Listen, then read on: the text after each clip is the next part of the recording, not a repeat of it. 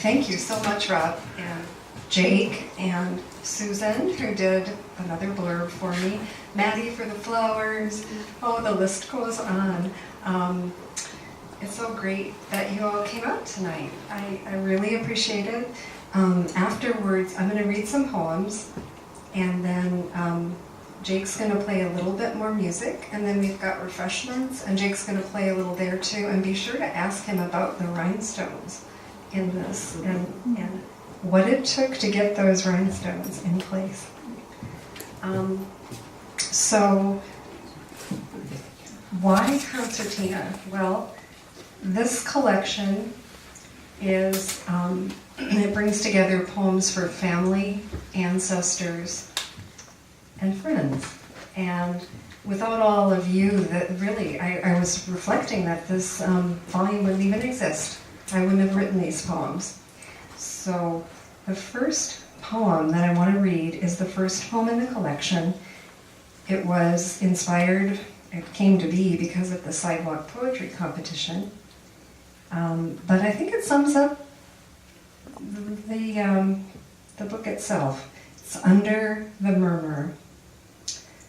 Under the murmur of falling water, all the songs gather, until your voice channels rain and river, singing them down to this precious dust. How is the sound, by the way? Okay, great, thank you. Okay, now skipping to the back of the book, the Ancestors section, I'm going to read a short poem, short-ish. It's called Marches, and it's for my great-great-grandfather, John E. Williamson.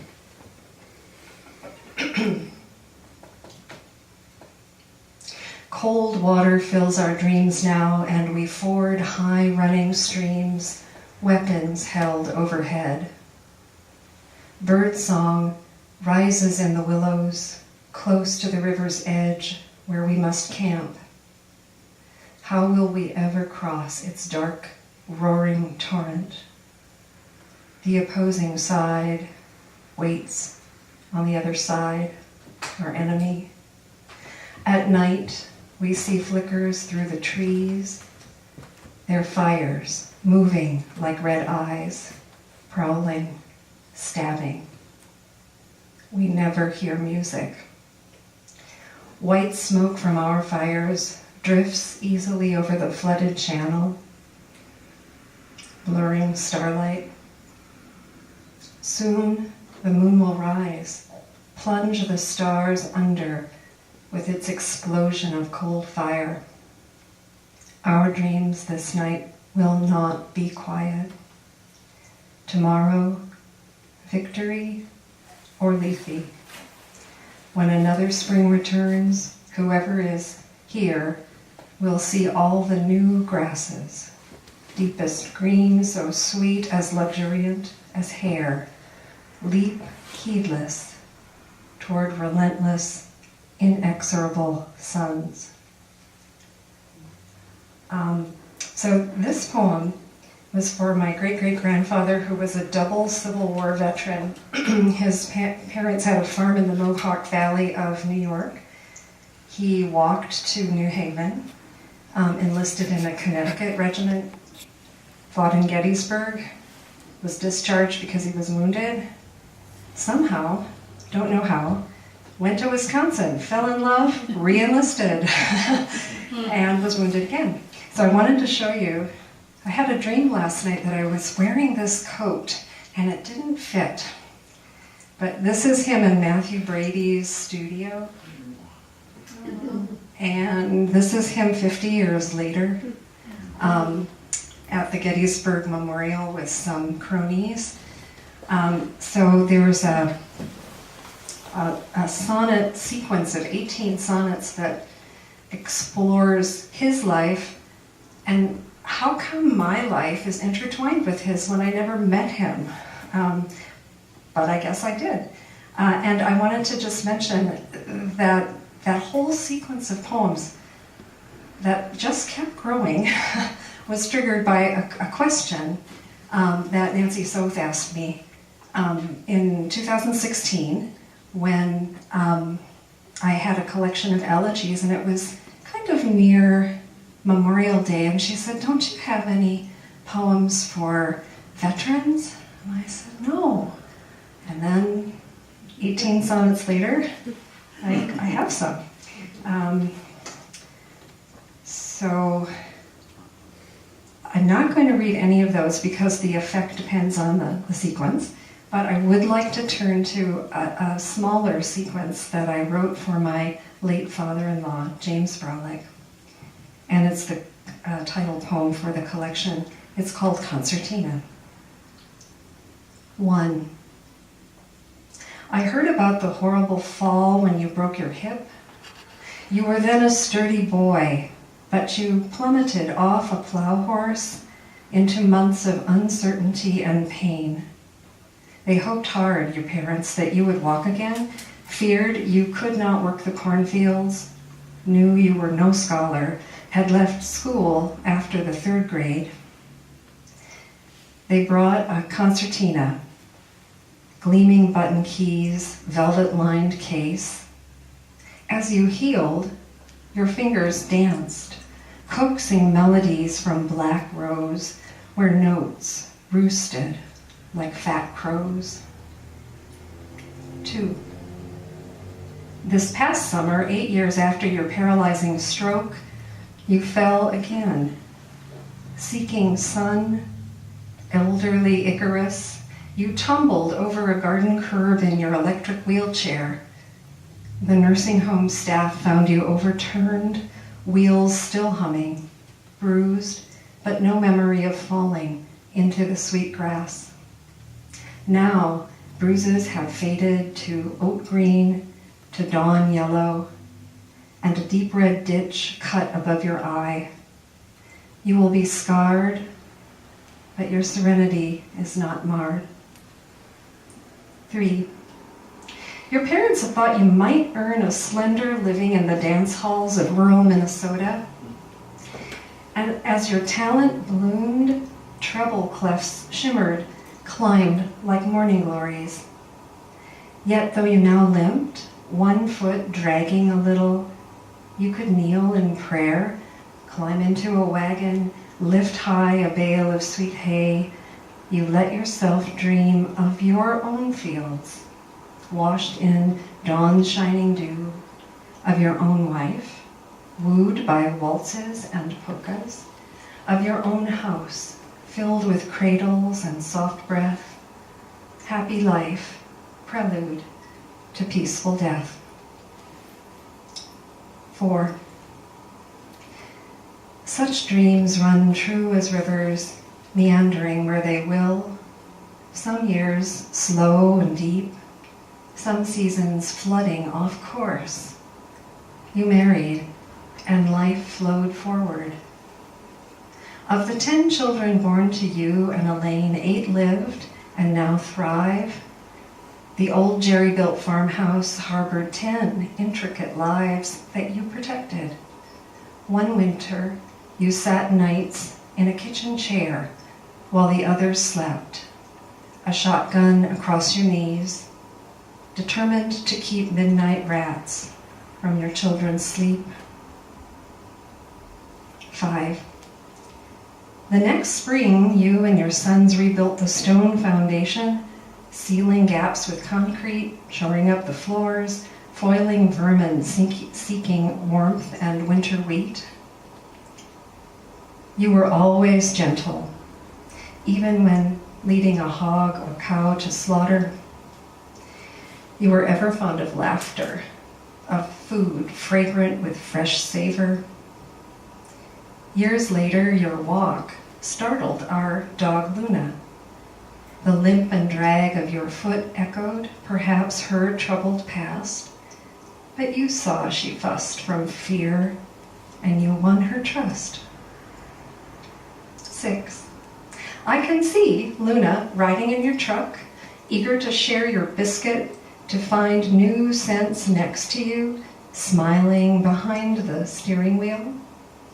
And I can see you driving in the Hanska tractor parade, proud atop a tiny orange Alice Chalmers model, newly restored and gleaming. It had been your parents' wedding gift to you in 1948. It held the tamed power of 10 horses under a hinged metal engine hood, emblem of what you yearned for and withstood. 7. Now, in your nursing home, I think of your powerful gift to us, Christmas, 1998.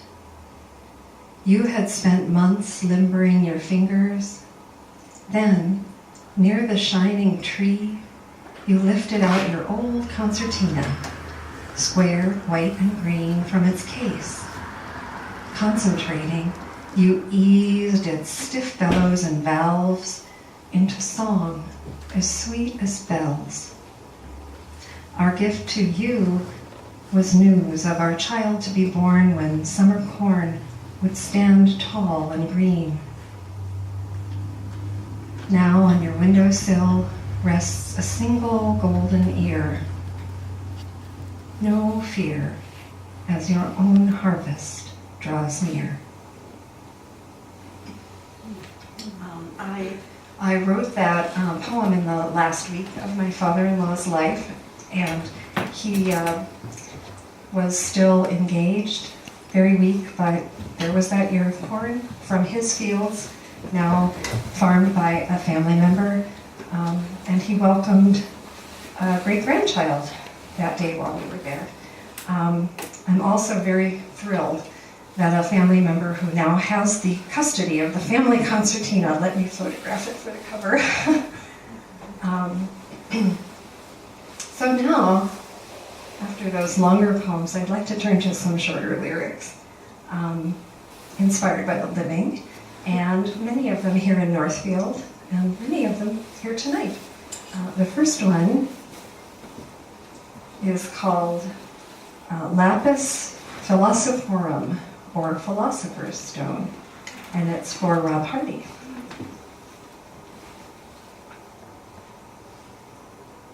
What is alchemy but material poetry, spinning atoms of lead into shining gold? What is poetry but ethereal alchemy, weaving golden sun behind leaden rain?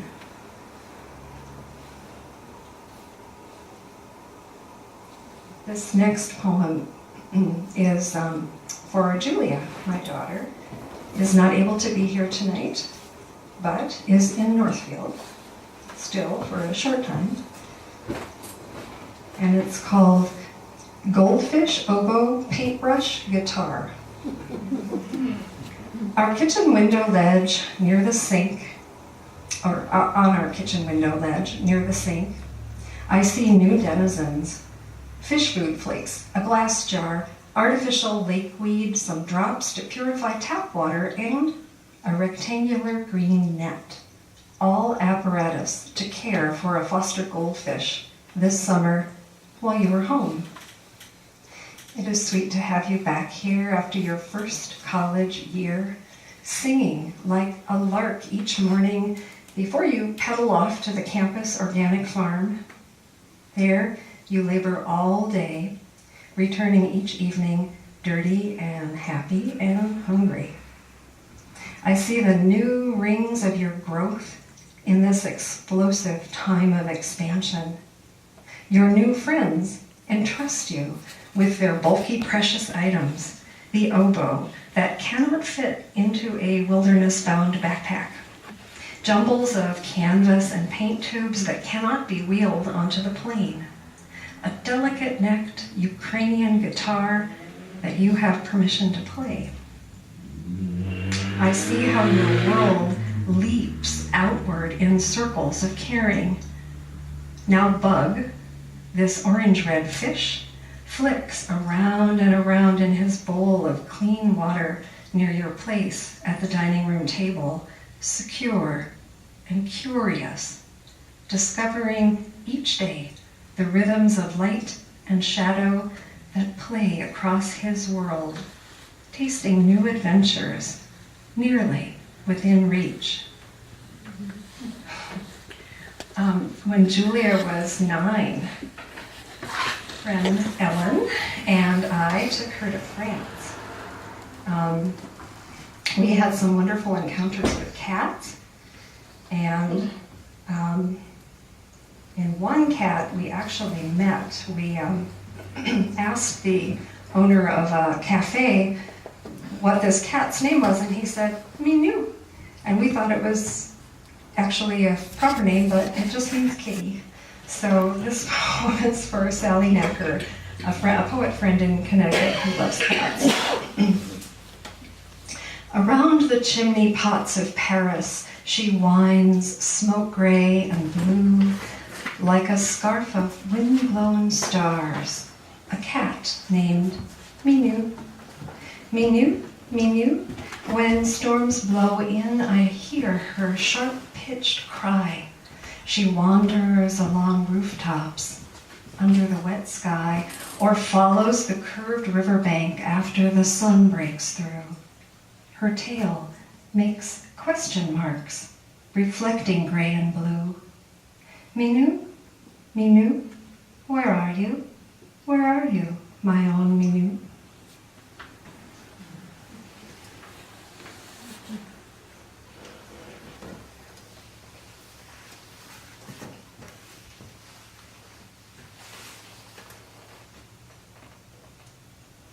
Simple beauty for Maddie. Red mums crouch near the door. A white kitchen chair waits, the newspaper unread, the ice melting. Echoes fade from the slap of the screen door. The porch is laden with wisteria purples. Neighbors are near. You hear their radio, cello sonata. A plate of peaches ripens. Whining mosquitoes come. Twilight drops. Fireflies wink on and off like stars. Shh. Crickets.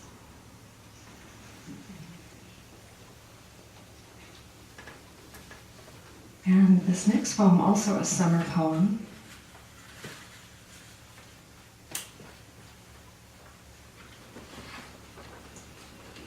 is called Silhouette, July Evening for Susan. At almost dusk, the garden fills with small lights twinkling among the flowering bee balm.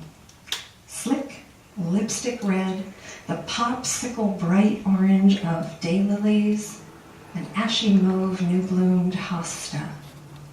Random and brief, ignitions occur over impossibly green lawns, seem caught in low-hanging branches. On the porch, in front of the dimming white railing quite near my chair, I now see a flat, thin, dark body floating. It's like a fragment of paper, lofted char, perhaps a bit of burnt manuscript, still carrying a spark. A flickering poem that insists intermittently against the poet's will.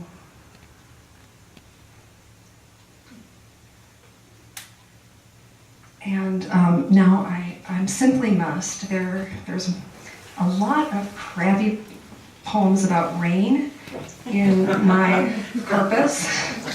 And so I'm going to read one crabby poem about rain and one pleasant poem about rain.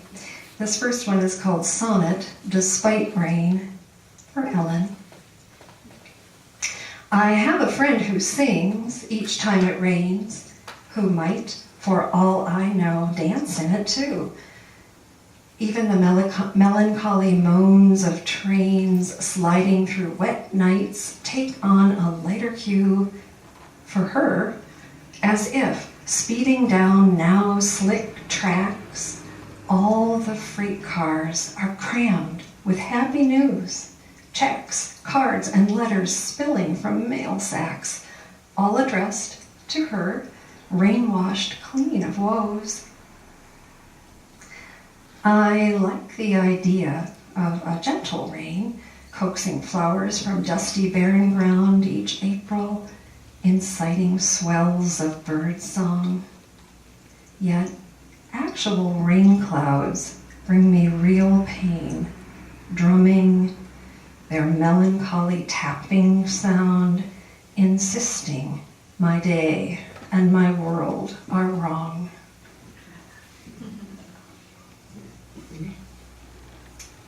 This less crabby rain poem is inspired by a photograph that Alfred Stieglitz took called Spring Showers right around 1900, and it's for Karina Nelvenhyper.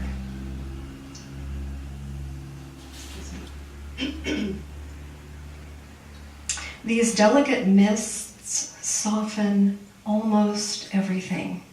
Stones, concretes, bricks. The old woman in a black hat bends toward pavement. The pavement shines like the surface of a lake ringed by buildings, shimmering like hills. Everything seems to dissolve except this singular sapling, its slender trunk rocketing out from a circle of black iron, marking dark clouds, explosions of new buds, fresh inked on this silver sky.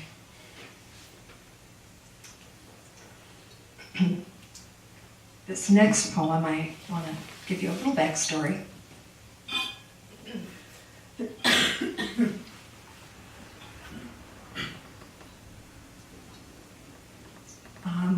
This was inspired by an exchange with Bonnie Jean.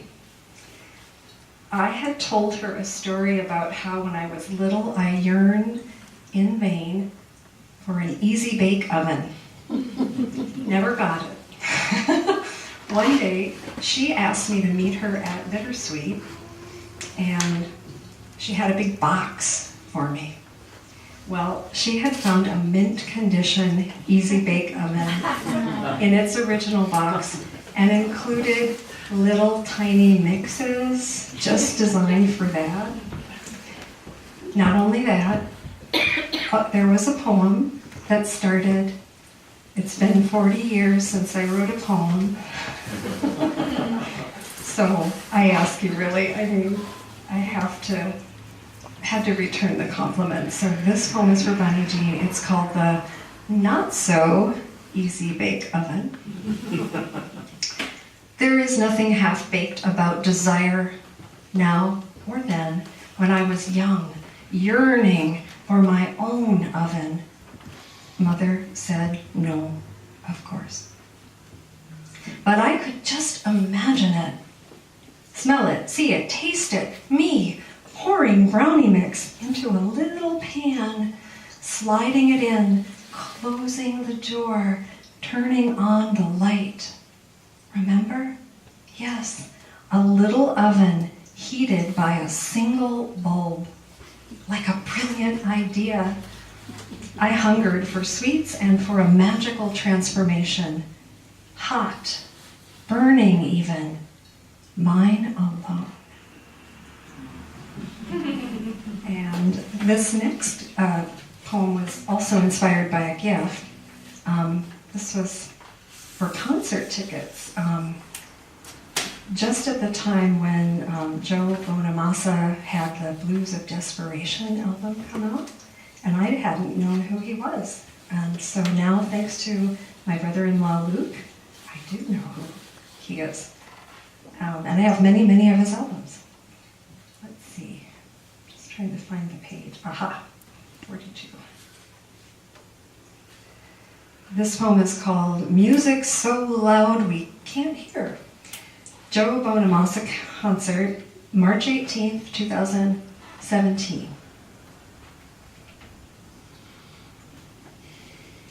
It's as if all the thunder and bison hooves pounding over the Great Plains for centuries, those spiral winds that turn skies green, and all the demon freight trains that shriek across burnt horizons have gathered here in Minneapolis, on stage at the Orpheum Theater. Thanks to Benjamin Franklin, his kite and key and legacy of innovation at GE, we are temporarily deafened, our ears sheared free of their function, and hearing itself driven deep into our chests, nearing the knocking of our hearts, and even deeper toward the lost hell of Orpheus himself, into the mineral music of our very bones. Now we're tuned to a new key, flung beyond anticipation into agitated deep seas, the blues of desperation.